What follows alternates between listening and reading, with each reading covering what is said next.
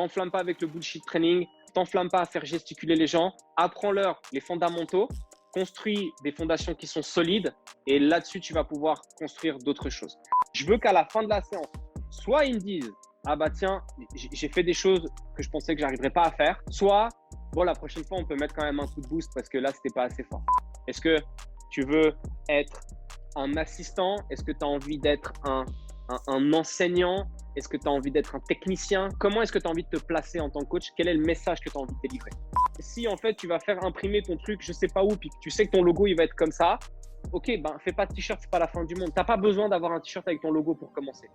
Comment tu veux faire comprendre l'intérêt aux futurs clients que tu as en face de toi de payer pour que tu transmettes tes connaissances si toi-même t'as pas compris l'intérêt de payer quelqu'un pour qu'il te transmette les siennes?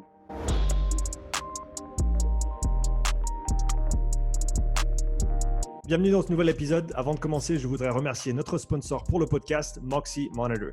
Si tu suis déjà mon travail, tu sais que le Moxy est un outil que j'utilise beaucoup pour effectuer des tests, mais aussi pendant les entraînements au quotidien. Pour ceux qui ne connaissent pas encore le Moxy Monitor, c'est un appareil qui utilise la technologie de la spectroscopie au proche infrarouge, ou NIRS en anglais, pour mesurer la saturation musculaire en oxygène et le volume sanguin en temps réel. C'est un capteur non invasif qui se place sur la peau et peut être porté pendant tout type d'entraînement ou activité sportive. Les grimpeurs le portent sur leurs avant-bras, les joueurs de hockey sur la glace, les nageurs peuvent le porter dans l'eau. Je l'ai utilisé pour tester des joueurs de rugby, des athlètes de crossfit, des athlètes de sport d'endurance et bien plus. Le Moxy te permet d'individualiser les périodes de travail et de repos, d'optimiser la charge, les répétitions et les séries, d'identifier les seuils d'entraînement en temps réel et même de corriger les mouvements en fonction de ce que les données indiquent. Tu peux également utiliser le Moxy pour déterminer le facteur énergétique limitant d'un athlète ainsi que ses zones d'entraînement individuelles. Ce processus me permet de cibler le facteur limitant de l'athlète avec précision afin d'améliorer ses performances sans ajouter du volume superflu à son programme.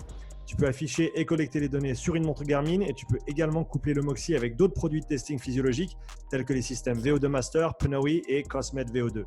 Le Moxy est un produit que j'utilise depuis de nombreux mois avec beaucoup de succès et je le recommande vivement à tout coach, chercheur ou préparateur physique qui souhaite mieux comprendre et utiliser des données physiologiques dans le cadre de la santé, du fitness ou de la performance. Utilise le bon de réduction UPSIDE, UPSIDE pour un rabais de 5% sur moxymonitor.com/shop. Et maintenant, le podcast. Ok Ken, on est live sur le podcast. Comment tu vas? Je vais très bien, merci Sean.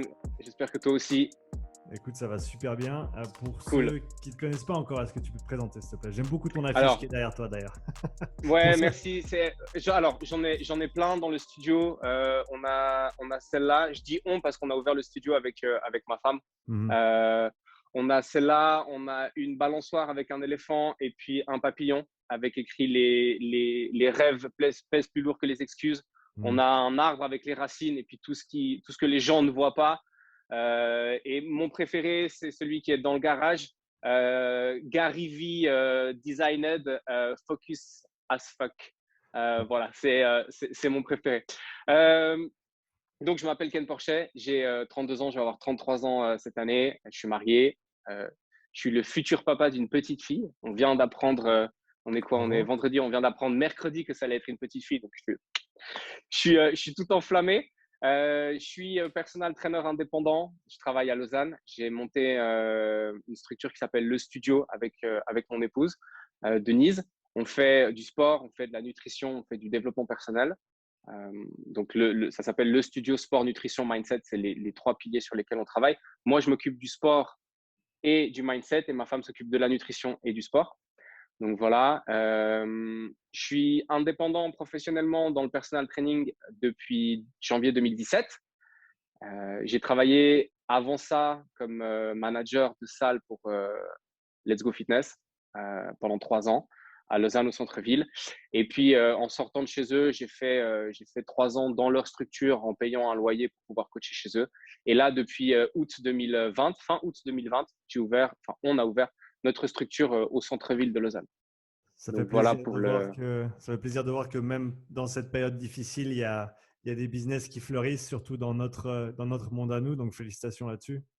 Merci beaucoup. Je pense que je me suis longuement interrogé sur la pertinence d'ouvrir une structure en pleine pandémie, en sachant pas dans quel sens ça allait partir, en sachant que quand j'étais dans l'enceinte Let's Go, au moment où il y a eu le confinement, le loyer s'est arrêté. nous, on devait plus payer de loyer, on avait moins de travail, vu qu'on on avait au début pas de travail, après moins de travail, vu qu'on pouvait aller dehors. Et c'est vrai que je me suis vraiment interrogé sur la pertinence d'ouvrir ma propre structure. Et puis finalement, j'ai dit, bon, bah voilà, en général, c'est ce que disent les grands businessmen dont j'essaie de m'inspirer pour entreprendre. C'est dans les pires situations que les meilleures occasions se présentent. Et donc, j'ai dit, bon, bah allez, voilà, je prends mon courage à deux mains pour pas dire autre chose. Et puis j'y vais. Et puis j'y vais. Bon, bah voilà, on n'avait pas prévu la fermeture du début d'année, mais bon, ma foi, c'est comme ça. C'est pas grave. On continue à avancer et on continue à se développer. Avant d'entrer dans ce monde-là, dans le monde du fitness, tu avais une autre carrière avant. Tu peux nous en parler un petit peu? Clairement, en fait, à la base, j'ai un CFC de gestionnaire de vente spécialisé horlogerie-bijouterie. Pour ceux qui ne sont pas suisses et qui vont nous écouter, par exemple, depuis la France, un CFC, en fait, c'est un certificat fédéral de capacité. Tu apprends un métier pendant 3 ans ou 4 ans, dépendant du métier que tu fais. Et moi, j'ai fait ça dans l'entreprise de mon père, qui est artisan horloger, qui répare des vieilles pendules, qui vend des vieilles pendules. Et j'ai fait mon apprentissage chez lui pendant 3 ans. En sortant d'apprentissage, j'ai fait le gymnase. Donc, en fait, j'ai fait le chemin inverse qu'on fait habituellement. Je suis retourné sur les bancs de l'école pour faire le baccalauréat international. C'est l'équivalent du bac français ou de la matu. J'ai loupé d'1 point l'entrée à l'université en Suisse parce que voilà, je n'ai pas assez étudié pendant mes années de gymnase, malheureusement. Et puis, au sortir de ça, j'ai fait du courtage immobilier. J'ai vendu des appartements, des maisons. Je suis retourné dans la bijouterie de luxe, enfin dans la bijouterie, mon domaine de base. Et là, j'ai travaillé pendant 2 ans dans une bijouterie de luxe à vendre des montres et des bijoux de luxe. Vendre des montres qui valaient mon salaire annuel, c'était fou. C'était complètement fou. Pour après partir sur un domaine qui n'avait absolument rien à voir. J'étais assistant de direction et contremaître dans une entreprise de carrelage. J'ai jamais posé une catelle de ma vie, mais voilà, c'est une occasion qui s'est présentée et je l'ai saisie. J'ai souvent eu des choses un peu comme ça où on m'a proposé, où j'ai pu avoir accès à des travails qui n'avaient absolument rien à voir avec mon domaine de compétences, mais j'ai toujours dit, allez, vas-y, go, puis on fera en sorte que ça fonctionne. Ça s'est fait pendant 1 an. Et puis, le dernier job que j'ai eu avant de switcher sur le fitness et sur le coaching, c'était un travail administratif à la ville de Lausanne. Donc, c'était une mission temporaire qui s'est terminée. Et après, je suis parti sur les formations dans le domaine du fitness. Qu'est-ce qui t'a poussé à partir dans cette direction? Aux alentours de 22 ans, donc j'ai fait ma reconversion à l'âge de 25 ans. Aux alentours de 22 ans, j'ai eu un espèce de je peux pas appeler ça je peux pas appeler ça une révélation, mais si tu veux, je suis en train de me préparer. Donc, je suis courtier, je mets ma cravate le matin pour aller bosser et je me rends compte que voilà, mon moteur de motivation à l'époque, c'est l'argent. Et l'argent à ce moment-là est plus du tout un moteur de motivation. Oui, j'en ai besoin pour vivre, mais c'est pas suffisant. C'est en dessous, c'est creux et je voulais quelque chose qui m'anime un peu plus. Ça a pris longtemps avant que je trouve ma voie et ça s'est fait parce que la personne avec qui j'étais à l'époque me disait mais attends, tu passes 10 heures par semaine à t'entraîner en salle de fitness, tu fais tes programmes de manière autodidacte, tu te renseignes, tu t'informes, tu t'instruis et quand t'en parles, tu es juste mais ultra enflammé. Pourquoi est-ce que tu fais pas ça? Et là, j'ai dit ah putain, mais c'est vrai, pourquoi est-ce que je fais pas ça?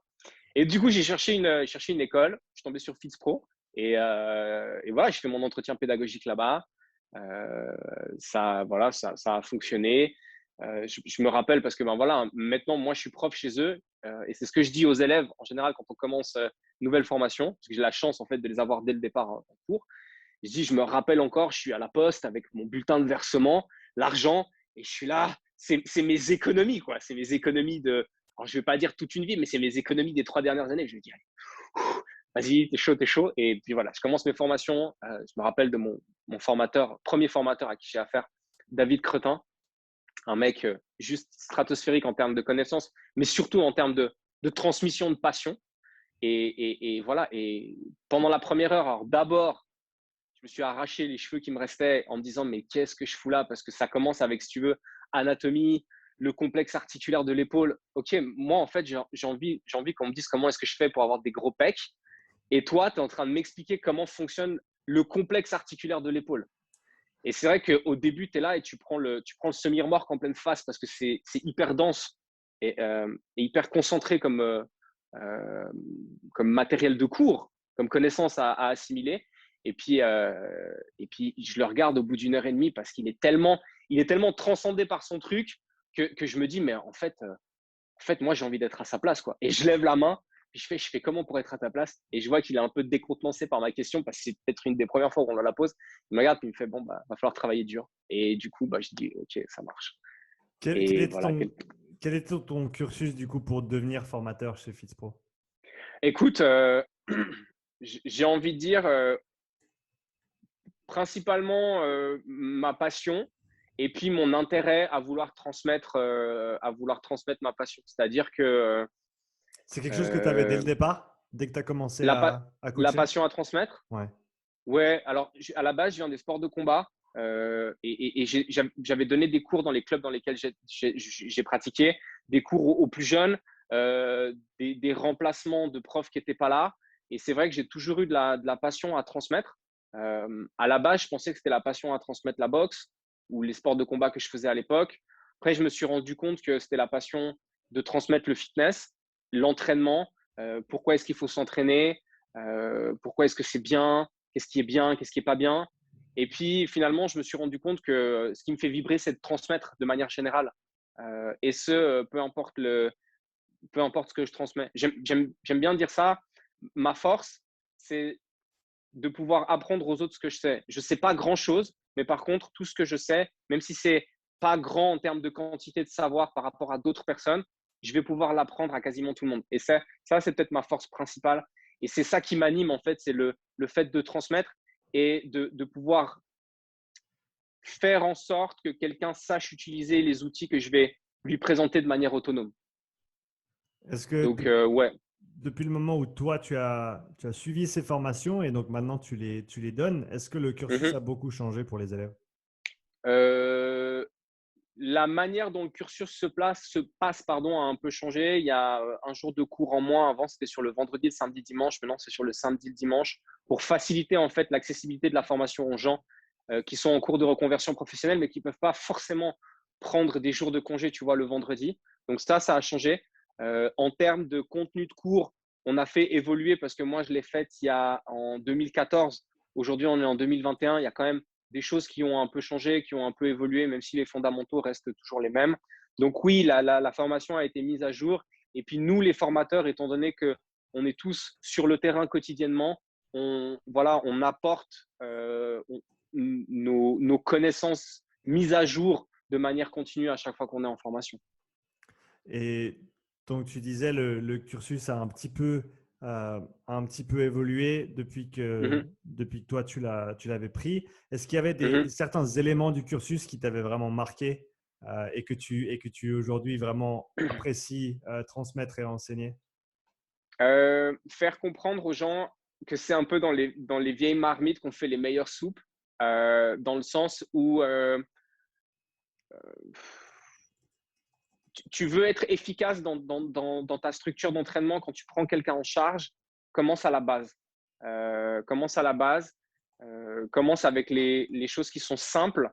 J'aime pas dire simple parce que ça dénigre un peu le truc. Et puis, je me suis rendu compte au final que ce que tu considères être simple pour toi va être extrêmement compliqué pour un client. Je pense, je sais pas, même un box squat, tu vois, qui au final est un quart de squat sur une boîte. Pour certaines personnes, c'est déjà la croix et la bannière. Donc, c'est vrai que le mot simple, j'aime pas trop l'utiliser, mais fais en sorte de trouver la variante du pattern de mouvement la plus accessible pour la personne à l'instant T et essaye de faire évoluer ça vers plus de complexité dans le mouvement. Mais mes formateurs à l'époque, et qui sont pour certains aujourd'hui mes collègues, et ça, je dois dire que c'est vachement cool. Enfin, j'ai un peu l'impression de gamer, tu sais, avec mes héros de l'époque. Donc ça, c'est top. Euh, ils m'ont transmis ça. Et c'est ce que j'essaie aujourd'hui de transmettre aux élèves que j'ai en formation, c'est t'enflamme pas. Au départ, ce qui est efficace doit être, pour que ce soit efficace, il faut que ce soit accessible. Et voilà, t'enflamme pas avec le bullshit training, t'enflamme pas à faire gesticuler les gens, apprends-leur les fondamentaux, construis des fondations qui sont solides et là-dessus, tu vas pouvoir construire d'autres choses. Ça, c'est le premier truc que j'ai appris. Et le deuxième truc que j'ai appris, mais ça, je me suis rendu compte de l'importance de ça seulement au moment où moi, j'ai dû transmettre le contenu, c'est tu veux être un bon coach, tu veux être un coach performant. Oui, les méthodes d'entraînement, c'est important. Oui, d'avoir des variantes d'exercices, c'est important. Oui, de savoir utiliser tous les outils que tu as à disposition. Et quand je dis outils, tu vois, kettlebell, dumbbell, barre olympique, je ne sais pas moi, trap bar, safety squat bar, earthquake bar, bref, tu m'as compris. Il faut que tu comprennes comment fonctionne le corps, en fait. C'est-à-dire que tu dois avoir des notions d'anatomie et de physiologie qui sont relativement fortes. Pas besoin d'être monstre étoffé, on n'est pas des docteurs en physiologie, mais tu dois savoir basiquement comment le corps fonctionne pour pouvoir le mettre en mouvement de manière pertinente chez les gens.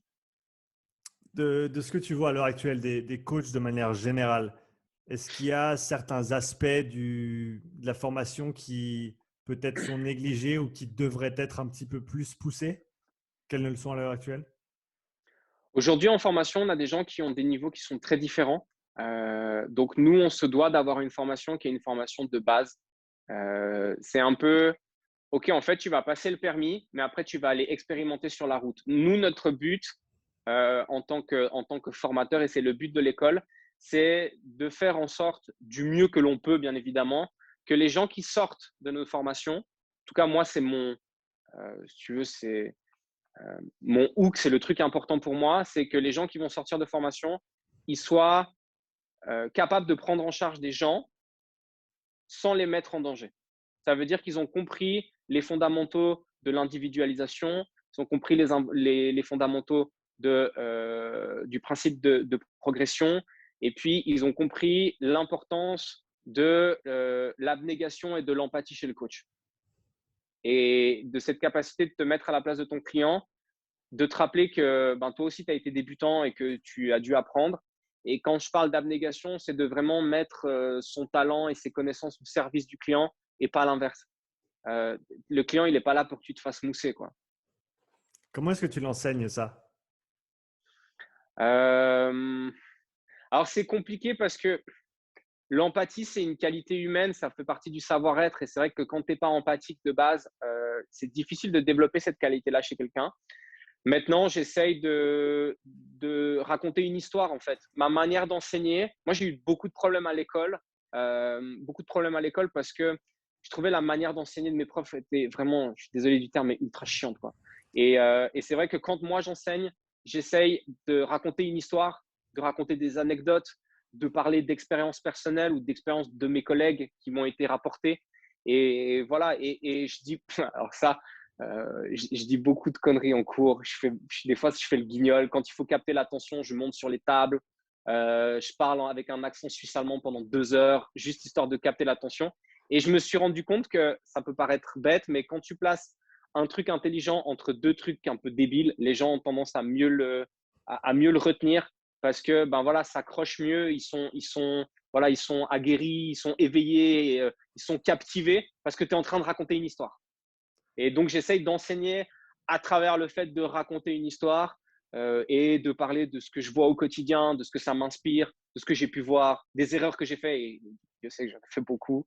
Donc, voilà, j'essaie vraiment de faire ça, de transmettre et puis de le transmettre aussi avec passion. Après, paradoxalement, je suis hyper investi dans mon rôle d'enseignant et à la fois très détaché sur le fait que je sais pertinemment que certaines personnes vont accrocher et vont entendre et mettre en pratique ce que je dis et d'autres pas. Et ça, c'est un truc que j'ai avec les élèves, que j'ai avec mes clients et que j'ai avec les coachs que je suis en B2B où, OK, moi, mon job, c'est de te fournir des solutions, mais la mise en pratique de la solution, je te la délègue.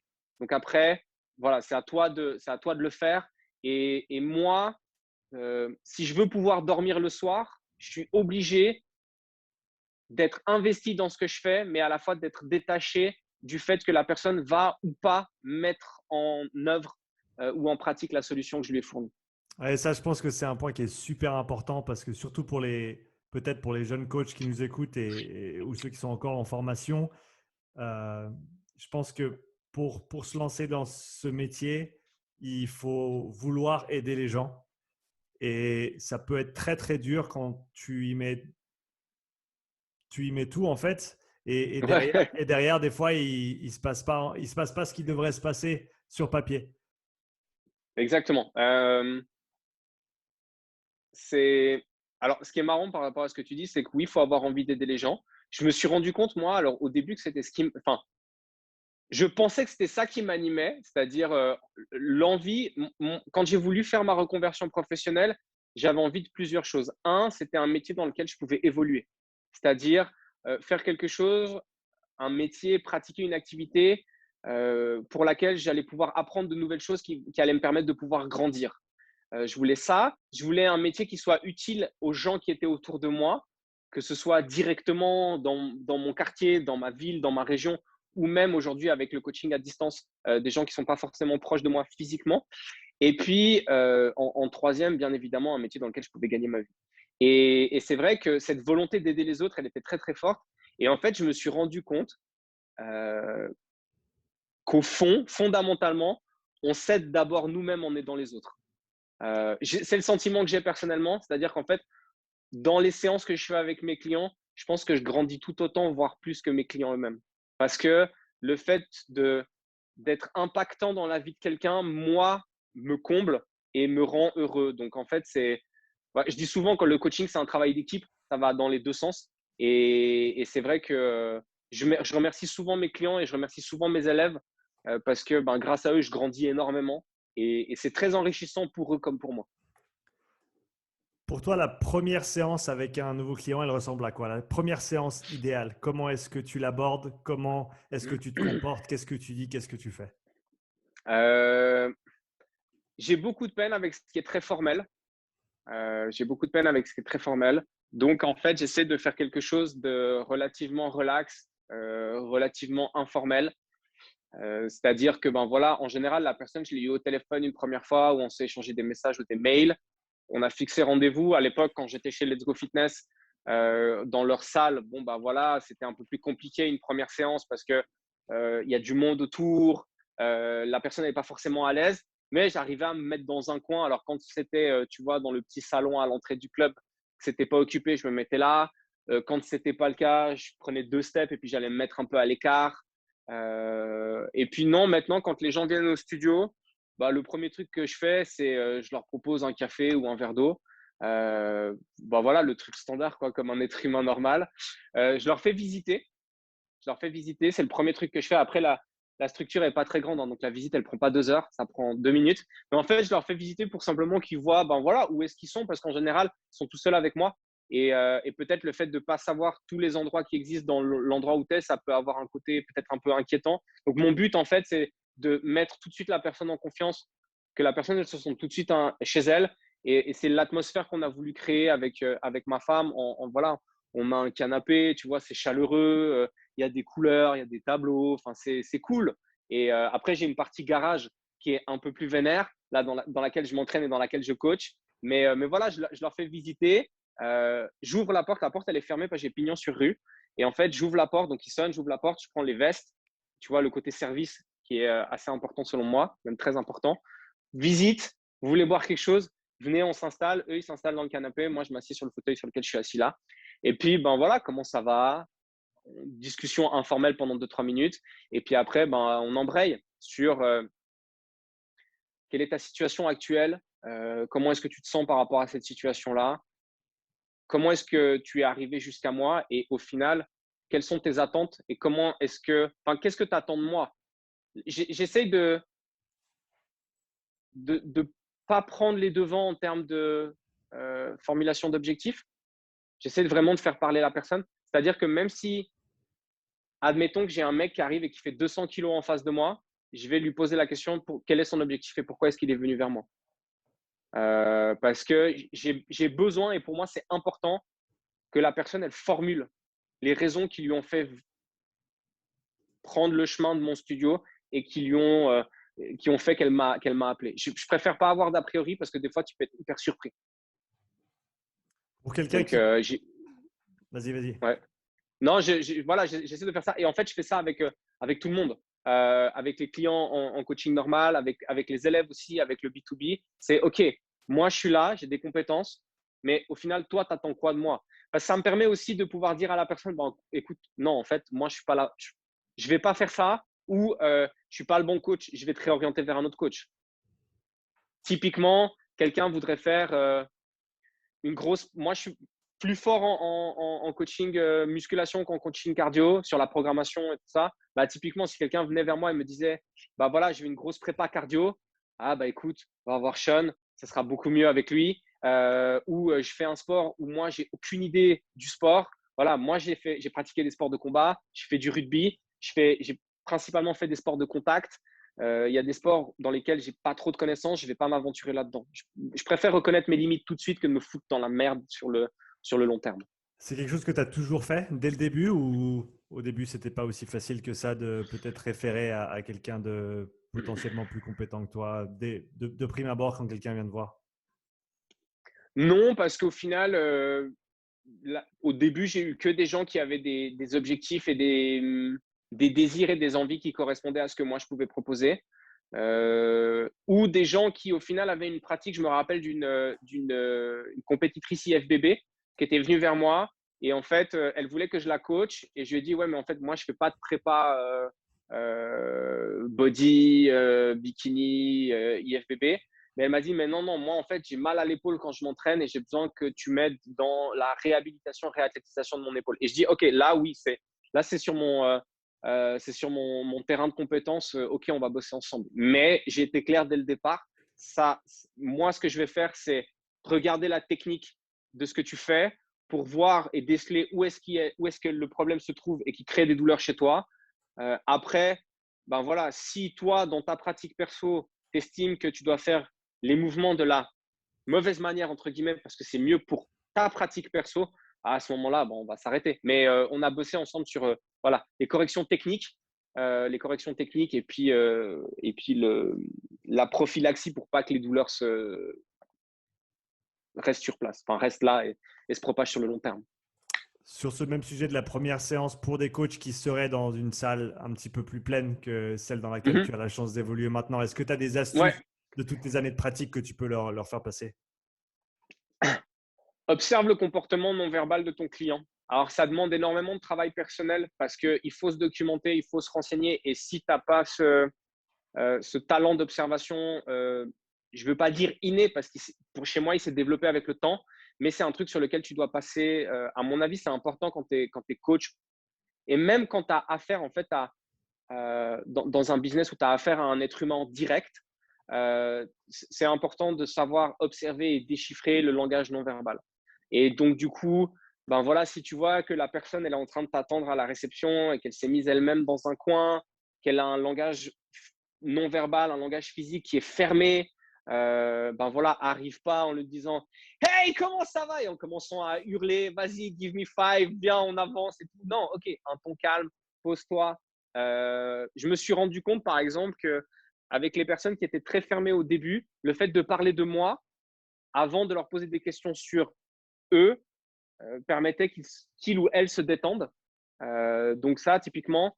Et de nouveau, à l'inverse, tu as un mec qui tu as rendez-vous avec un homme ou une femme et la personne t'attend langage physique hyper ouvert, assurance marquée, en train de taper du pied parce qu'il est impatient.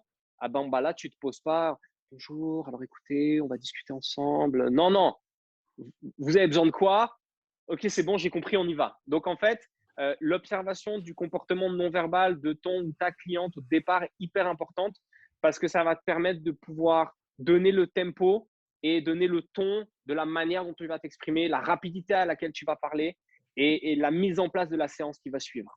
Donc c'est l'observation du langage non verbal, des tics, des choses que le client fait avec ses mains, avec son corps, avec ses jambes. Est-ce qu'il a les jambes croisées? Est-ce qu'il a les jambes décroisées? Est-ce qu'il est fermé? Est-ce qu'il se touche le nez quand tu lui poses une question? Est-ce qu'il fuit le regard? Ouais, toutes ces choses-là, j'observe beaucoup. Ça s'est affûté avec le temps. C'est très drôle maintenant parce que typiquement, quand je suis en coaching B2B et puis qu'on commence à parler, par exemple, des prix de coaching, et là, je vois les personnes avec qui je parle gratter le nez, tourner la tête, et tu sens qu'en fait, les tarifs, c'est un problème. C'est peut-être ça qui coince en fait l'enclenchement de la structure professionnelle. Donc, ouais, j'observe beaucoup ça et c'est hyper intéressant, c'est hyper captivant. Il y a une série qu'il faut regarder quand tu aimes bien ça. Alors, après, c'est très romancé parce que c'est à l'américaine, mais c'est Lie to Me. On l'a C'est une commencé hier série. soir. Ah ouais, ben voilà. Enfin, à la base, moi, j'ai découvert ça grâce à cette série-là il y a des années en arrière. Et c'est vrai que je l'ai regardé 2, 3 fois dans l'entier parce que ben voilà, tu apprends à déceler des choses. Il y a aussi un livre qui s'appelle euh, je sais que vous mentez, Dr. Eckerman, qui a inspiré cette série. Et puis après, il y a tous les bouquins sur la programmation neurolinguistique, avec où est-ce que la personne regarde quand elle est en train de te parler, permet de savoir si en fait elle cherche dans le passé, qu'elle est en train d'essayer d'imaginer pour t'en placer une qui n'est pas forcément vraie. Donc ouais, je suis très attentif à ce que la personne dit, mais aussi et surtout à ce qu'elle ne dit pas. Est-ce que ça t'est arrivé de travailler avec des gens et malgré tous tes efforts et malgré peut-être toutes les compétences supplémentaires que tu as essayé de développer pour te connecter à eux, tu n'as pas Mhm. réussi à créer ce lien et c'est toujours resté un peu froid et distant et avec un gros point d'interrogation. En gros, est-ce que je fais vraiment mon travail comme je devrais le faire? Est-ce que ça marche? Qu'est-ce qui se passe? Ça m'est arrivé. Alors, je m'entends pas de la même manière et aussi bien avec tous mes clients. Mais c'est normal, on est des êtres humains, on a des affinités, on a des atomes crochus. Il y a des gens avec qui ça matche bien, des autres avec qui ça matche moins bien. Il y a des gens, j'irais volontiers manger un burger et boire une bière avec eux. Et il y a des gens où si je les vois une demi-heure dans la semaine, ça me suffit largement et c'est très bien comme ça. Mais je les apprécie bien évidemment et je suis reconnaissant parce qu'ils me permettent à la fin du mois de payer mes factures. Il y a une cliente vraiment, et ça, je m'en rappelle, mais comme si c'était hier, il y a une cliente où on s'est vu 4 fois. À chaque fois, on s'est vu 1 heure. Et à chaque fois, j'ai eu l'impression que la séance, elle durait 3 heures. Parce qu'en fait, tu poses une question. Moi, j'aime bien poser des questions. Et quand je pose une question, c'est parce que vraiment, ça m'intéresse. Ça m'intéresse. Et puis parce qu'en fait, moi, j'aime bien poser des questions. J'aime bien que les gens me racontent leur vie. Je trouve ça cool. Et pour eux, c'est un moment où, ben voilà, ils discutent, ils parlent, ils racontent leur vie, peut-être d'une manière différente qu'ils la racontent à leurs amis, à leur famille ou peut-être même à leur psy. Mais je me rappelle d'une cliente où, et je sentais autant elle que moi, on se faisait chier, quoi. Ça veut dire que l'entraînement, si tu veux, il était qualitatif parce que, ben voilà, elle voulait tonifier, raffermir et tout. Bon, bah, squat, fente, pompe, tirage au TRX. Enfin, voilà, les trucs habituels. Mais la séance, elle était longue. Et je posais une question. Et tu sais, ce genre de personnes, des fois, à qui tu poses une question ouverte, elles arrivent à te répondre par oui ou par non. Les trucs étaient là. Autant tu as des personnes, quand tu leur poses des questions fermées, elles sont capables de déballer une réponse monstre longue. Et je fais partie de ce genre de personnes-là. Oui, mais nanana, nanana, nanana. Autant, elle, tu poses une question ouverte et elle te répond par oui ou par non. Et c'est vrai que une séance d'1 heure, alors oui, tu as le travail, mais une séance d'1 heure dans laquelle il n'y a aucune discussion informelle qui se passe, c'est infernal. Mais c'est infernal. Autant j'ai des clients ou des clientes avec qui je dois dire à un moment donné, ah, écoute, parce que moi aussi, je me laisse embarquer dans la discussion, puis tu regardes ta montre et puis en fait, tu es à 4 minutes 30 de temps de pause, tu avais prévu 45 secondes. Et autant il y a des clients à qui je dois dire, écoute, il faut vraiment qu'on bosse là parce que tu n'es pas venu là pour qu'on discute. Mais autant, je me rappelle que elle c'était vraiment super compliqué. Et voilà, et la preuve, ça a été que ben, quand les 4 séances se sont arrêtées, elle m'a dit, ouais, ouais, je te recontacte. Et je savais que ça voulait dire, je te recontacterai jamais, quoi. Mais peut-être, alors, peut-être c'était le fait qu'il n'y ait pas d'atome crochu. Et puis deux, elle avait l'air d'avoir envie d'une structure d'entraînement que moi, je ne voulais pas lui donner parce que je ne la trouvais pas pertinente. C'est-à-dire la structure d'entraînement où tu finis par dégueuler dans la poubelle à la fin de la séance parce que ton coach, il t'a éclaté pendant une heure. Et puis moi, je suis pas… voilà, enfin, pour moi, l'entraînement, il sert à construire, il ne sert pas à te pulvériser. Donc, ouais, non, de tête comme ça, de souvenirs. Et quand tu m'as posé la question, c'est la première qui m'est venue en tête parce que à chaque fois que j'y pense, c'est la première qui me vient en tête, c'est cette cliente. Ouais, j'avais un client au Canada, je me rappelle, très très sympa, mais très très très renfermé sur lui-même. Mhm. Et avec tout mon bon vouloir, j'essayais vraiment de comme tu as dit, poser les bonnes questions, créer un lien. Euh, et j'ai jamais su si ce qu'on faisait, ça lui convenait ou pas. Et je lui ai demandé, et des fois c'était blanc, il n'y avait pas de réponse, il n'y avait rien. Alors Ah ouais. il a continué à revenir, il a continué à progresser, mais au final c'était de loin pas mes séances préférées. Mhm. Et c'était pas sa faute, comme tu as dit. Je pense que le facteur atome crochu, il est super important. Clairement.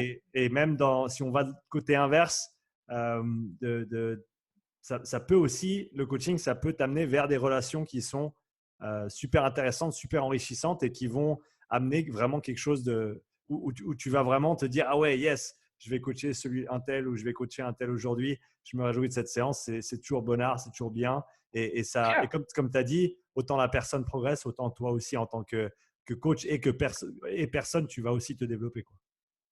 Clairement. Et c'est vrai que, mais tu vois, avec cette cliente en question dont je te parle, c'est même pas la personne, elle est introvertie. C'est la personne, en fait, il y a vraiment, euh, on est, euh, on n'est pas compatible, en fait. C'est vraiment ça parce que des clients introvertis, j'en ai. Et une cliente notamment que j'ai coachée en fait, jusqu'à ce qu'il y ait cette fameuse pandémie l'année passée. Et si tu veux, à la fin de la séance, tu vois, et pendant la séance, tu sais, assez poker face. Et pourtant, pendant plus de 3 ans, ça a été une des premières clientes à me verser l'argent en début de mois pour les séances qu'on allait faire et à être ultra régulière, ultra fidèle dans son suivi.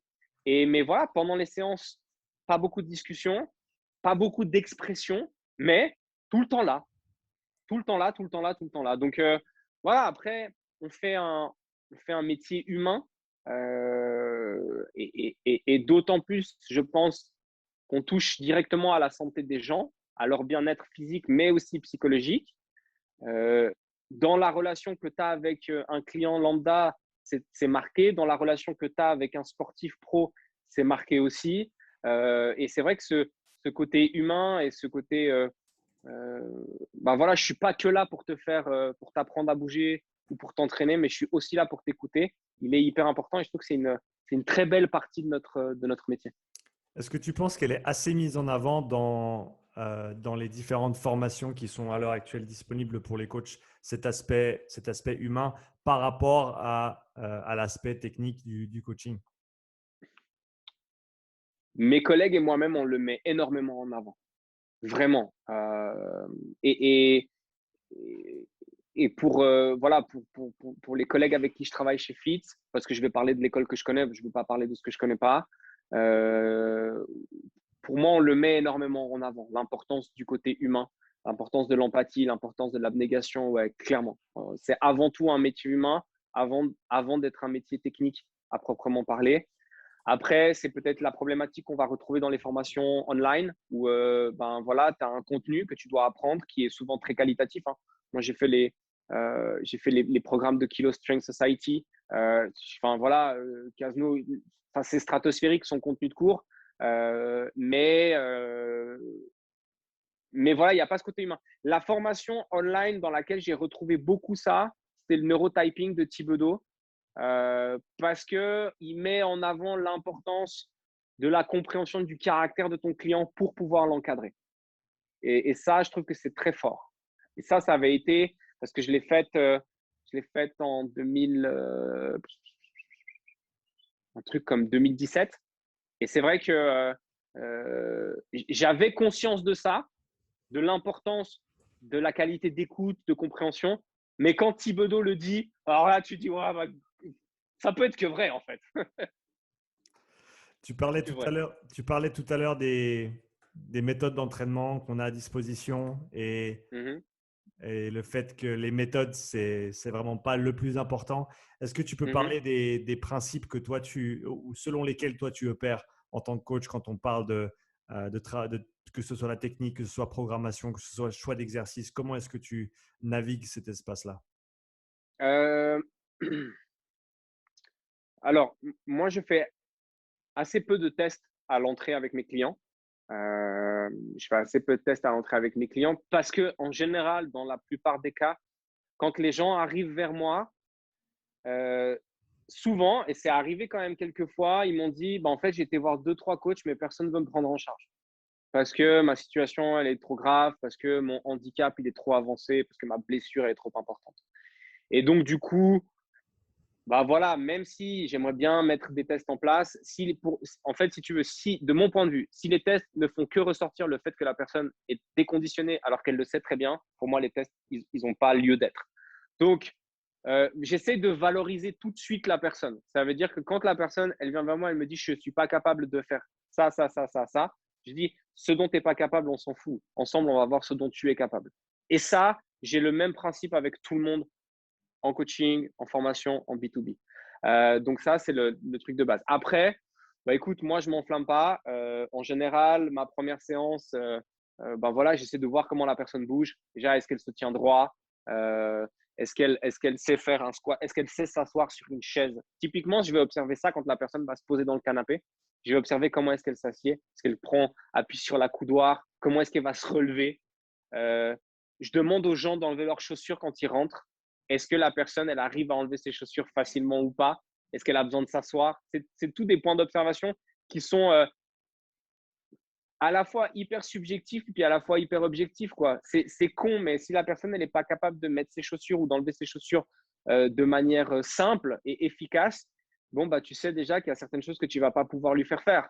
Donc, voilà. Puis après, ma séance, elle se déroule à… J'essaie de mettre la personne en mouvement. J'essaie de voir comment est-ce qu'elle va bouger. Je demande de lever les bras au-dessus de la tête pour voir d'éventuelles limitations. Je lui demande de s'asseoir sur une box. Je lui demande de faire un squat en se tenant soit à une barre olympique qui est sur le rack, soit avec les sangles de suspension. Selon la condition physique de la personne, je lui fais faire des pompes au sol ou adaptées à une hauteur qui va correspondre.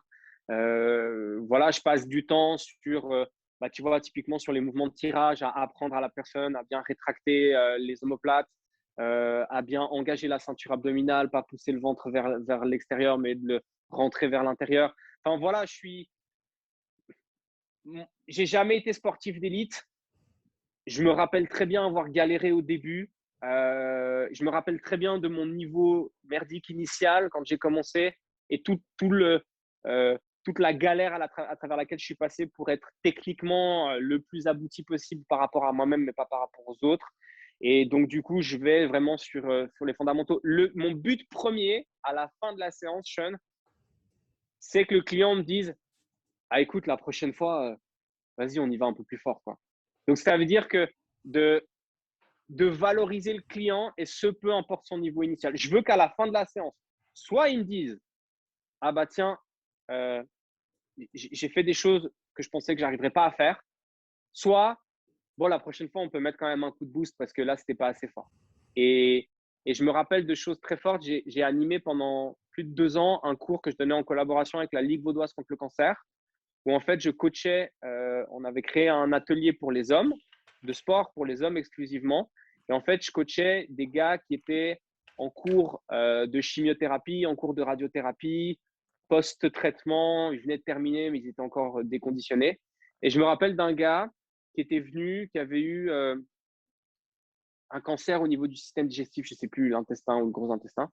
Et en fait, qui avait une balafre, mais qui partait depuis là jusqu'en bas, abdominoplastie, enfin, le chantier improbable. Et je lui ai fait faire, franchement, dans la séance, je lui ai fait faire des squats sur une box.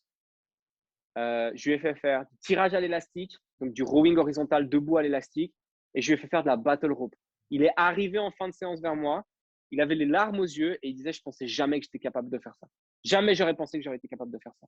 Ok, moi c'est bon, j'ai gagné, j'ai fait mon taf, je peux dormir tranquillement ce soir. Donc voilà, moi j'essaie vraiment de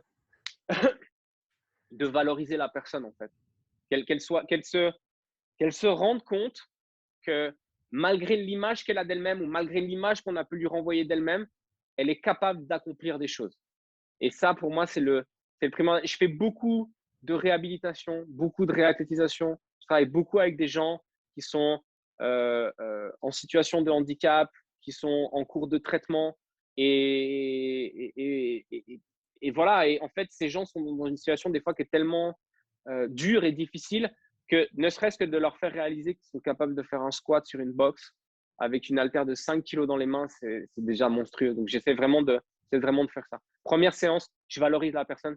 Je lui montre que malgré ce qu'elle peut penser, elle est capable de faire plein de choses. Et c'est là où ça peut être intéressant de connaître des variantes, d'être un petit peu créatif, de pouvoir mettre la personne dans une position pour réussir. Alors qu'avant, si on lui donnait, ce matin, première séance avec un client, on fait un tirage à l'haltère avec une main sur le banc, un genou sur le Ouais. banc.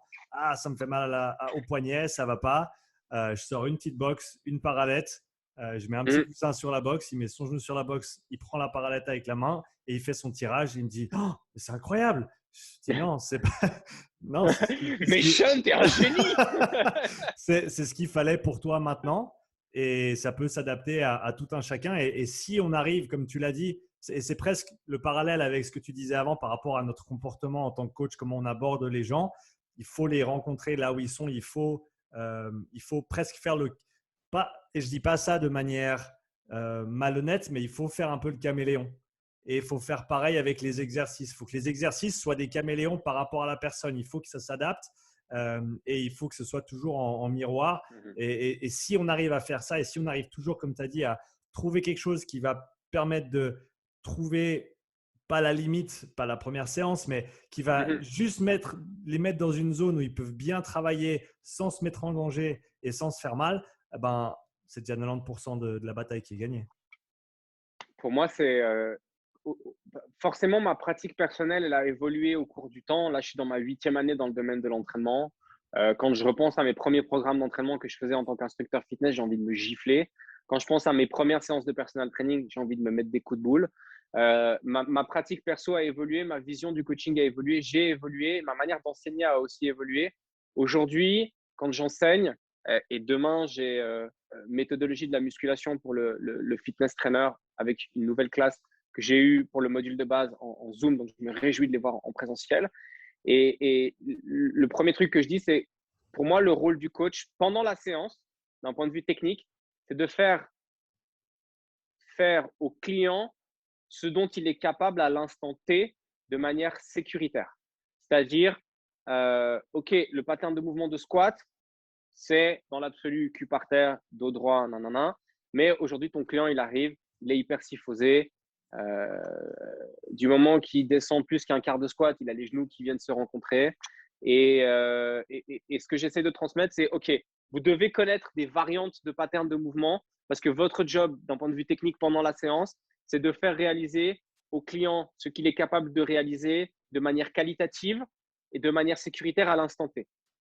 Votre deuxième job, d'un point de vue technique, c'est de mettre en place des remédiations pour que cette variante puisse évoluer et aboutir dans un monde idéal et parfait, même si ce n'est pas possible tout le temps, vers un mouvement dans son amplitude la plus complète. Toujours de manière adaptée, on est d'accord. Ça, c'est d'un point de vue technique. D'un point de vue relationnel avec le client, notre rôle, selon moi, en tant que coach, c'est pendant l'heure qu'on va passer avec le client, c'est de le mettre dans les meilleures conditions possibles pour qu'il puisse optimiser toutes les heures qu'il ne va pas passer avec nous. Donc ça, pour moi, c'est mon job, c'est de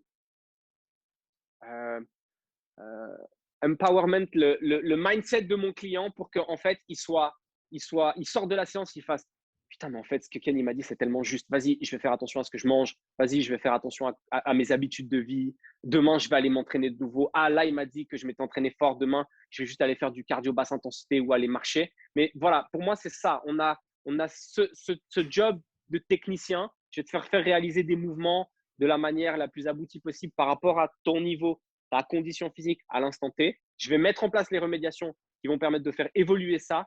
Et puis, en parallèle, je vais optimiser ton état d'esprit, ton mindset pour que tu réussisses à maintenir ta discipline tout au long de la semaine jusqu'à ce que je te revoie la semaine suivante. Dans le cadre des séances, je me retrouve des fois à dire, si je te donne une charge ou un nombre de répétitions ou quelque chose à faire, je sais, j'ai aucun doute que tu vas pouvoir le faire.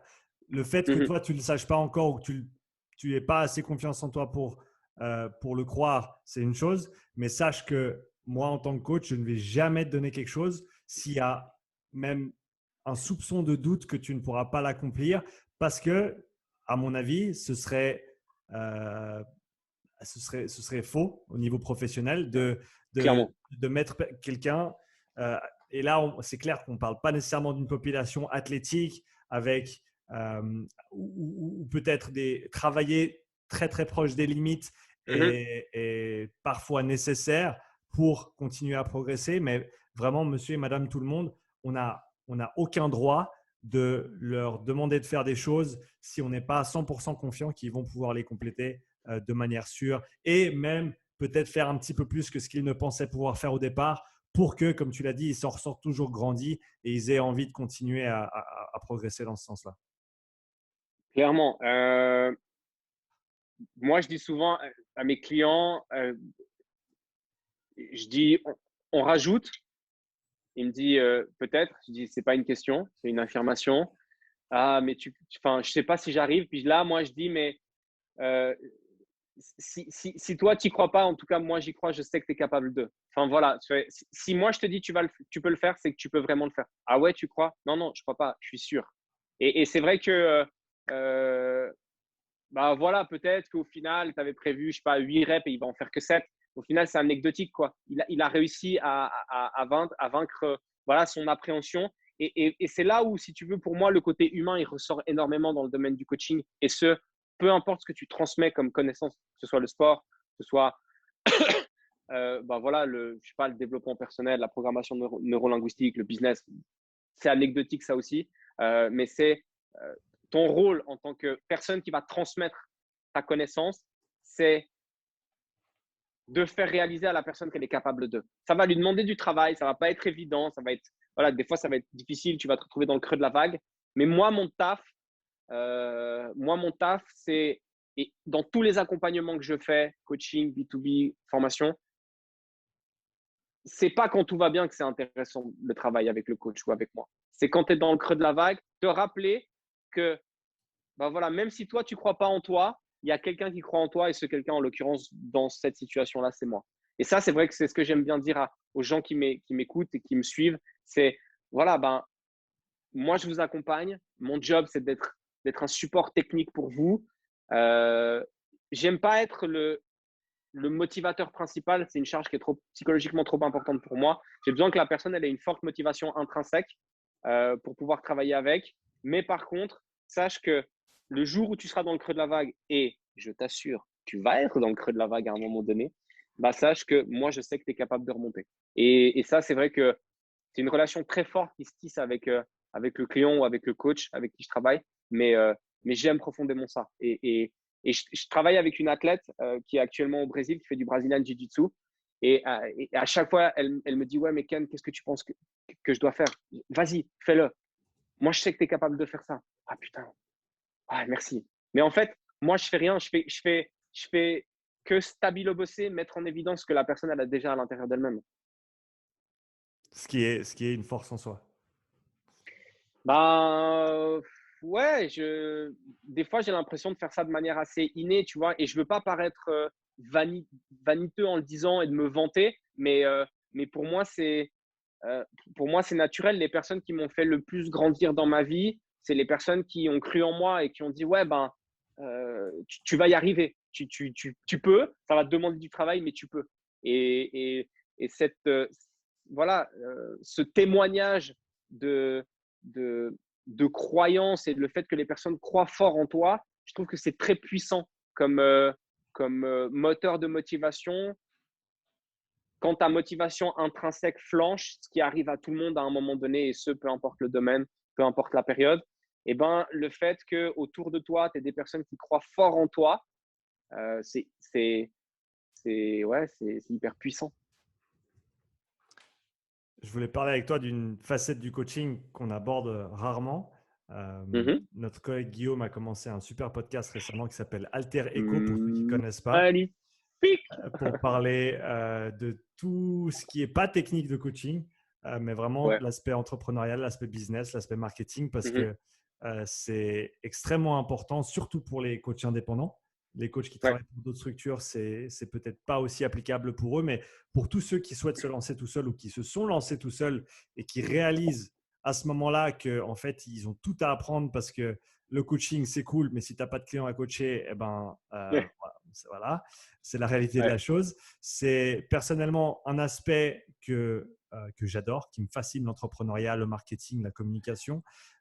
Et je sais que c'est aussi un aspect que toi, tu es en train de développer au niveau de ton Clairement. accompagnement avec d'autres coachs aussi. Ouais. Donc, euh, Mhm. comment est-ce que comment est-ce que la chose est perçue de manière générale dans le monde du coaching et pour toi, vers quoi il faut tendre pour que les coachs puissent réussir s'ils veulent se lancer en tant qu'indépendants dans ce monde, encore une fois, coaching, mais avant tout entrepreneuriat. Euh, déjà, on va faire une pub pour Guillaume. Il faut écouter Alter Echo. Alors après, c'est dirigé parce que ben voilà, je vais aussi y passer dans un de ces épisodes. Et cela dit en passant, parce que voilà, je dis que son podcast, il est bien. Ton podcast, enfin, vos podcasts respectivement dans vos domaines de compétences respectifs sont juste stratosphériques en termes d'outils à mettre en place tous les jours. Donc voilà, je lui ai déjà dit merci à lui. Je profite d'être en live directement avec toi, Sean, pour te C'est dire gentil, merci merci. parce que ce que tu fais, c'est vraiment du travail très qualitatif. Tu as une capacité à vulgariser qui est magnifique. Et comme dit Einstein, si tu n'es pas capable d'expliquer un truc simplement, c'est que tu ne l'as pas compris. On voit que toi, tu as bien compris ton domaine de compétences. Donc voilà, top. Euh, Merci. je pense que une erreur qu'on a tendance à faire, alors après, c'est un argument marketing pour moi, mais c'est de ne pas demander de l'aide au départ. C'est-à-dire que on part en disant, bah voilà, en fait, moi, j'aime coacher. Ok, bah, c'est cool, bien. Mais tu vas faire comment pour avoir des clients? Bah, je vais avoir des clients. Tu m'as vu, Omer. Et c'est vrai que, alors moi, je dis ça, tu vois, je fais 1m75. Je pense que j'ai un poids stable à 75-76 kilos, même si là, je suis un peu lâché en début d'année, c'est un petit peu monté. Enfin, moi, j'attire pas les gens de par mon physique. Donc, si tu veux, en 8 ans de coaching, jamais personne m'a tapé sur l'épaule en disant je veux faire du coaching avec toi parce que je veux te ressembler physiquement. Jamais. Donc, j'ai dû développer aussi d'autres forces pour attirer les gens. Mais clairement, au début, là, ce qu'on a tendance à faire, c'est à pas demander de l'aide parce qu'on veut se débrouiller tout seul. Des fois, ben, ça se passe ça se résonne sur des éléments tangibles, pardon, le fait que bah, tu es limité financièrement. Et ça, ben, effectivement, je le comprends. Maintenant, bah, après, ça, c'est aussi où est-ce que tu mets tes priorités, quoi. C'est-à-dire que ben, peut-être qu'au lieu de te payer, je sais pas moi, les dernières fringues à la mode Under Armour que moi j'ai fait hein, aussi, bien sûr, parce que je te parle de ça, moi en général. Quand je donne des conseils aux gens, c'est que moi j'ai merdé à un moment donné. Donc voilà, au lieu de mettre 1000 balles dans des nouveaux vêtements, dans ci, dans ça, dans machin, dans ci, bah voilà, ok, garde ton training, il est un peu vieux, il est un peu limé, tu s'en fous, mais paye quelqu'un qui va t'accompagner dans le développement de ton business. Ça, tu t'en rends compte que quand tu as pris le premier mur en pleine face. C'est-à-dire, bah voilà, bang, tu as chopé un mur en pleine face et merde, c'est pas ce que je pensais. Je me suis mis à mon compte, c'est pas ce que je pensais. Eh ben, ouais, effectivement, c'est pas ce que tu pensais. Donc, souvent, les coachs et les nouveaux coachs ont tendance à penser à tort ou à raison que le simple fait d'avoir un t-shirt sur lequel c'est écrit personal trainer va faire qu'ils vont avoir des gens et des clients qui vont arriver en face d'eux. C'est pas le cas. C'est pas le cas. Donc, on a, on a, on met les coachs, les jeunes coachs mettent trop peu d'importance à euh, préparer des bases solides avant de se lancer dans leur activité. Quand je parle de base solide, c'est est-ce que ton back office il est carré? Alors, avant même de parler de back office, est-ce que tu sais déjà quel type de coach tu as envie d'être?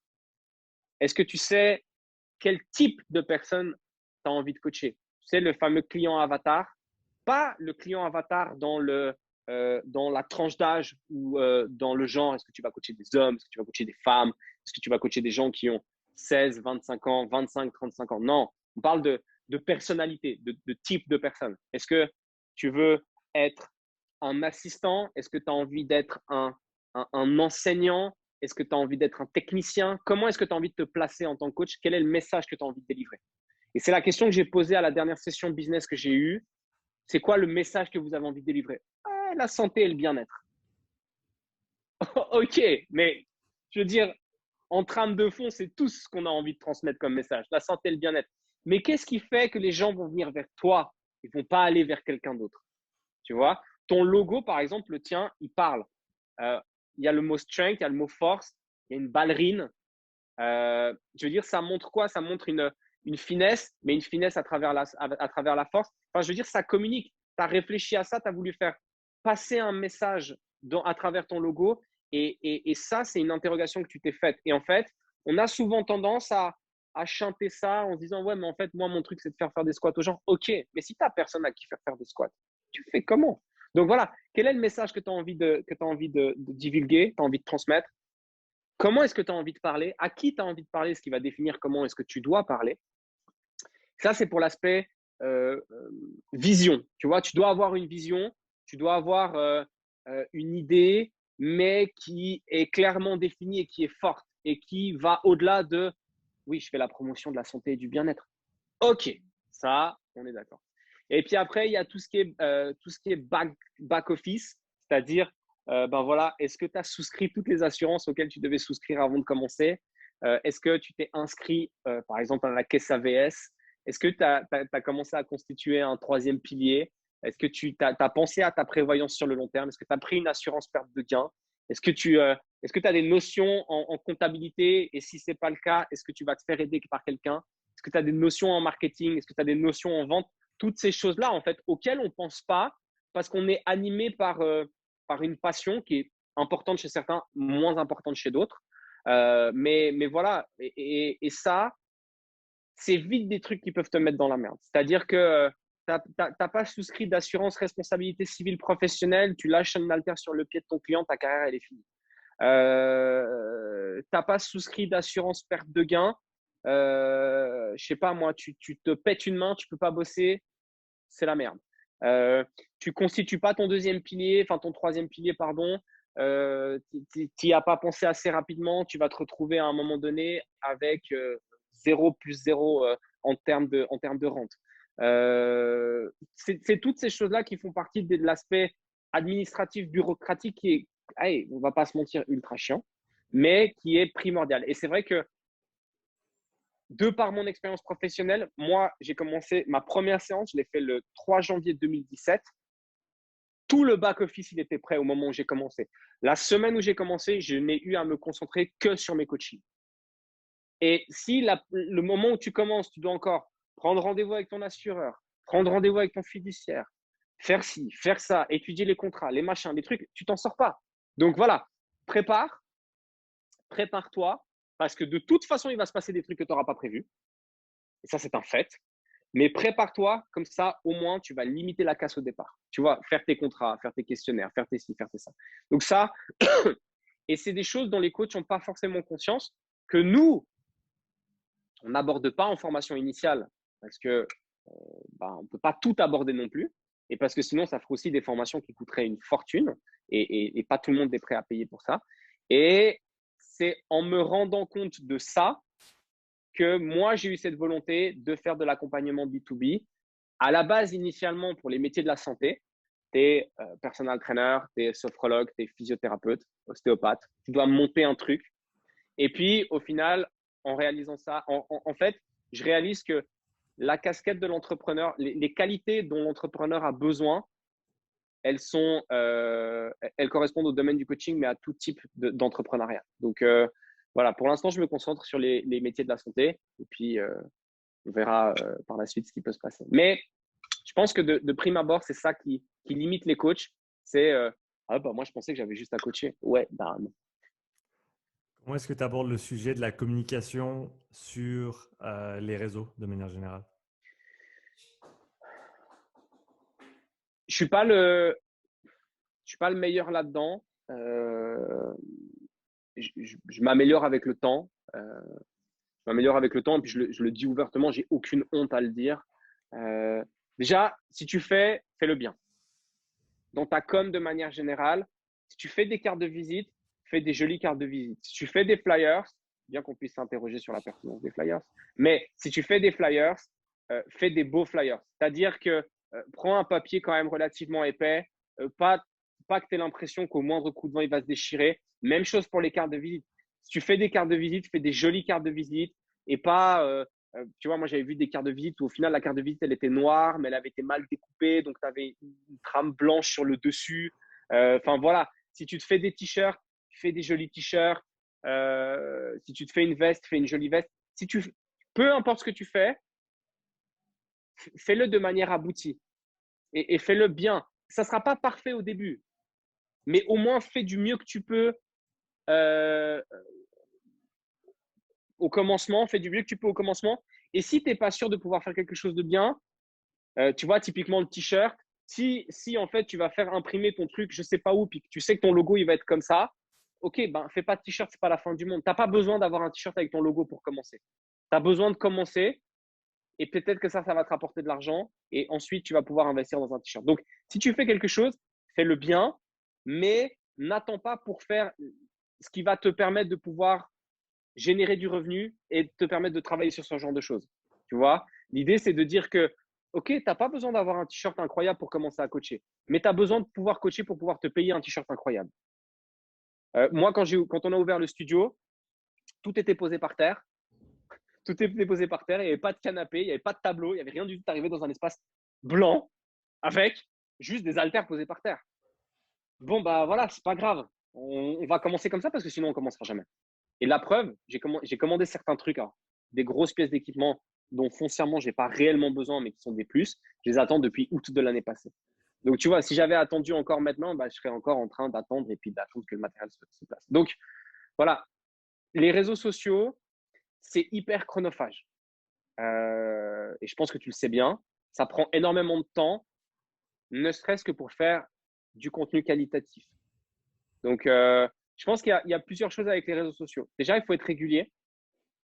Chose que je suis assez peu ces temps parce que je suis dans une période de ma vie qui est voilà, très chargée avec déménagement, futur bébé, toutes ces choses-là. Donc voilà, c'est un peu plus compliqué. Là, je me concentre sur le live que je fais tous les mercredis matins. Je me concentre sur poster des stories, repartager des trucs. Et puis parce que je suis aussi en pleine période de réflexion pour changer un peu ma manière de communiquer. Mais si tu communiques sur les réseaux sociaux, déjà, il faut que tu sois authentique. C'est hyper important que dans ta personnalité, il y a des aspérités sur lesquelles les gens vont pouvoir se crocher. Moi, c'est l'erreur que j'ai fait au début. C'était, en fait, j'ai pas envie de déranger. J'ai envie de parler à tout le monde. Donc, en fait, je suis tellement lisse qu'il n'y a aucune aspérité sur laquelle les gens vont venir se crocher. Alors que dans ma vie et dans ma manière de coacher, dans ma manière d'enseigner, je suis tout sauf quelqu'un de lisse. Je dis des gros mots, je gueule, je chante, je danse. Enfin, tu vois, je mets vraiment de la vie. Et c'est vrai que sur les réseaux sociaux, je ne faisais pas du tout ça. Chose que j'ai essayé de changer pendant le premier confinement. Et ça a plutôt bien marché, même si maintenant, je n'ai pas une grosse communauté, mais j'ai l'impression d'avoir une communauté qui est relativement fidèle. Et ça, je pense que c'est important. Cherche pas à faire de la quantité, cherche à faire de la qualité. Cherche pas à avoir plein de followers, mais cherche à avoir des followers avec qui tu vas tisser un lien. C'est hyper important. Et c'est pas parce que c'est les réseaux sociaux et qu'on n'est pas présent physiquement l'un en face de l'autre qu'on ne peut pas avoir une relation qui est forte. Donc ça, je pense que c'est le premier truc. Ensuite, je dirais, réfléchis à la manière dont tu veux communiquer. Réfléchis au message que tu as envie de passer parce que c'est ce qui va te caractériser. Et puis après, les trucs habituels, c'est-à-dire que tu veux que ça fonctionne, 2-3 stories par jour, 3-4 posts par semaine, 1 ou 2 IGTV, des choses comme ça. Après, choisir sa plateforme. Est-ce que tu es plus YouTube? Est-ce que tu es plus Instagram? Voilà, je sais que toi, quand tu fais un truc, tu le fais sur toutes les plateformes. Ça demande énormément d'investissement logistique, de temps, voilà. Mais tu peux aussi choisir la plateforme sur laquelle tu as le plus envie de communiquer. Je trouve que Instagram, qui est directement relié avec Facebook et YouTube, ça fonctionne assez bien. Parce que voilà, tu peux mettre un extrait de ta vidéo YouTube sur Instagram, mettre le lien dans ta bio, ce qui va envoyer les gens sur ta page, sur ta chaîne. Donc ça, c'est des choses qui marchent bien. Mais ouais, moi, je reste là. Si tu veux faire les choses, fais-les bien. Et un peu dans tous les domaines de l'entrepreneuriat. Ça ne veut pas dire que ce sera parfait. Il ne faut pas, quand je dis fais les choses bien, ça ne veut pas dire attends que ce soit parfait pour les faire, mais fais le mieux que tu peux au moment où tu le peux. Et ça, pour moi, c'est primordial. Ça revient un peu avec ma notion de l'entraînement où faire à la personne ce qu'elle est capable de faire au moment où elle est là. Et après, dire, OK, qu'est-ce que je peux faire pour qu'elle soit capable de faire d'autres choses par la suite. Une chose qui m'a beaucoup aidé dans le cadre de la communication, c'est penser à qui tu parles. Tu parlais du client avatar avant. Euh, autant pour la vente, c'est très important, mais pour le côté marketing, et de ce côté-là, pour clarifier, j'essaie de dissocier marketing et vente dans le sens où Clairement. marketing, c'est quand tu fais grandir ta marque, ta Oui. réputation, et la vente, c'est quand tu essayes de vendre quelque chose ou quand tu Mhm. vends quelque chose. Et il faut savoir à qui tu parles et ça va te dire comment tu dois parler.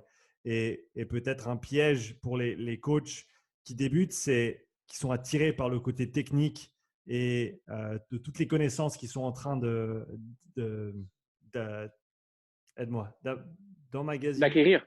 d'acquérir, Ouais, ouais, d'acquérir ou voilà, ouais, d'emmagasiner. Ouais, merci. de rien. C'est d'essayer d'impressionner les autres coachs ou les gens avec leurs connaissances. Et alors qu'au final, c'est quand tu commences en tant que coach, eh ben, c'est pas les autres coachs qui vont venir te payer pour bosser avec toi, c'est monsieur et madame tout le monde. Et les Mhm. informations que tu as besoin de relayer à ce niveau-là sont pas du tout les mêmes que celles que tu as besoin de relayer pour aller parler aux autres coachs. Et donc, réfléchis bien à ce que tu essaies de dire. Et un autre truc qui m'a tracassé au début, c'est ouais, mais j'ai pas envie de dire ça parce que lui, il en parle déjà.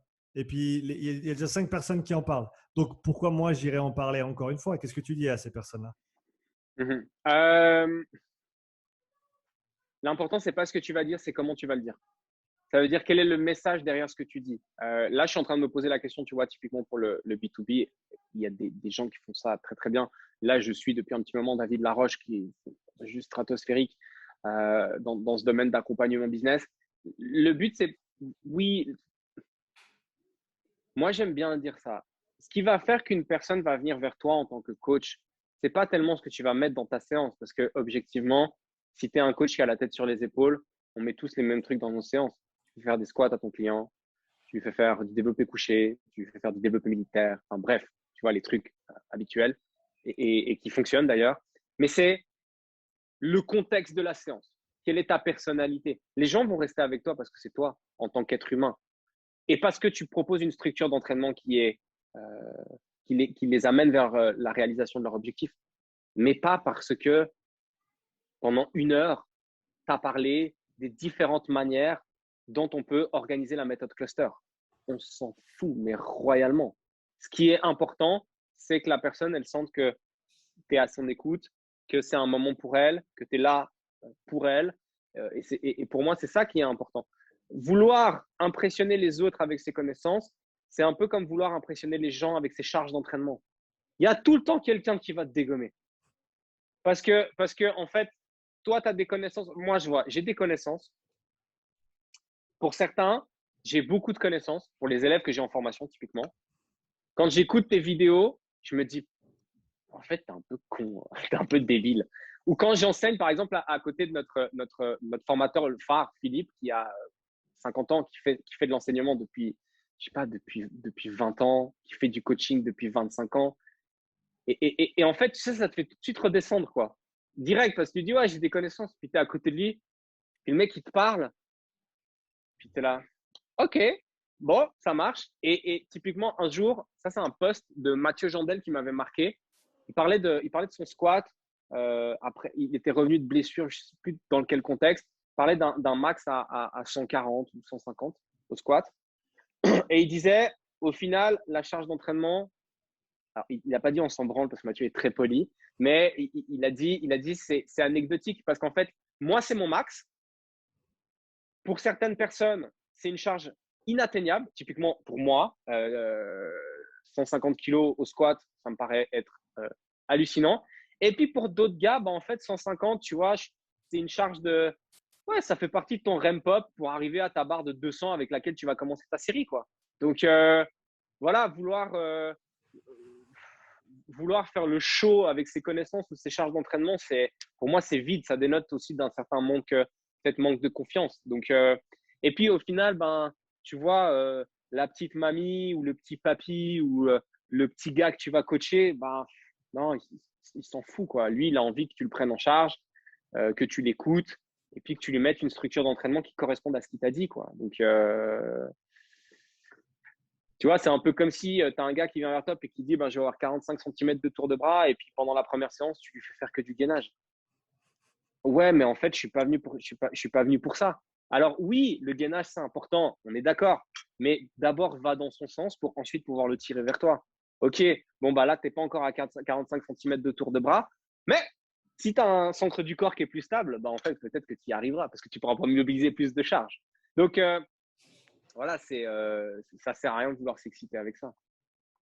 Parce que tu as toujours quelqu'un qui va te calmer au final. C'est clair. Je voulais terminer, Ken, avec 2 questions pour toi. La Dis-moi. première, la première étant pour les coachs qui sont en formation, pour les coachs qui veulent réussir, quelle est Ouais, une qualité qu'il faut avoir absolument pour réussir? il y en a tellement que c'est difficile d'en choisir une. Euh, la persévérance et, tu vois, je t'ai dit que j'étais pro pour déballer. La persévérance et accepter que l'échec est formateur. En fait, ça vient pas de moi, mais c'est un de mes collègues qui dit tout le temps ça. La réussite, c'est d'aller d'échec en échec sans jamais perdre euh, sa motivation et sa persévérance. Donc, ouais, je dirais la persévérance et puis le travail, quoi. Une éthique. Je dirais peut-être l'éthique de travail. Voilà. Si j'arrivais à dire un truc, c'est l'éthique de travail. On se rappelle pour un autre podcast pour faire 1 heure sur l'éthique de travail et tout ce que ça implique. Mais je dirais l'éthique de travail. Savoir travailler dur, savoir travailler régulièrement et pas lâcher. La dernière question pour toi, la plus grosse erreur que les jeunes coachs font et qui peut être évitée?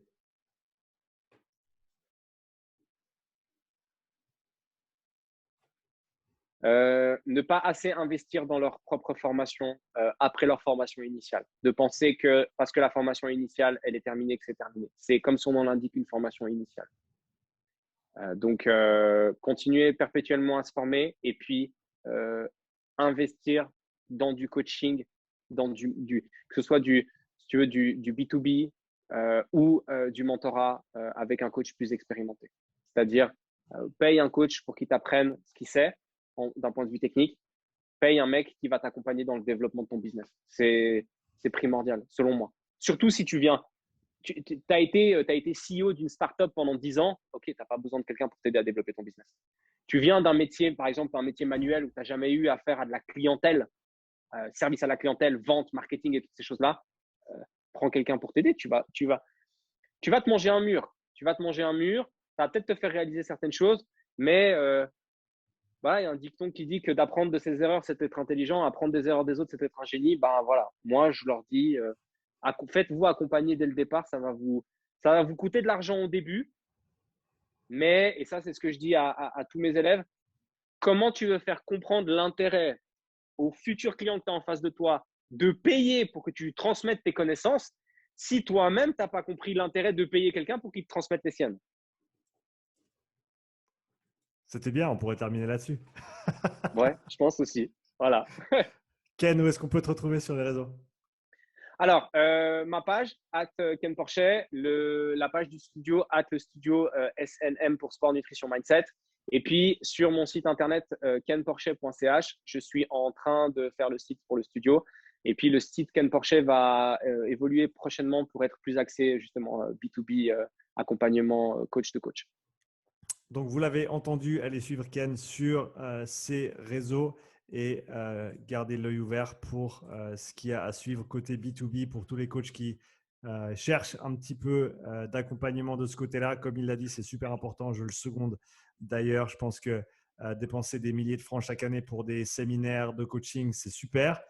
Mais s'il n'y a pas un certain pourcentage de ce montant qui va vers le développement de soi et de son entreprise et de sa façon de gérer son entreprise, dans le présent et dans l'avenir, je pense qu'on rate quelque chose. Donc, merci Ken d'avoir remis l'église au centre du village. C'était un grand plaisir d'échanger avec toi aujourd'hui. Merci beaucoup, Sean. C'était vraiment cool. À bientôt. À bientôt.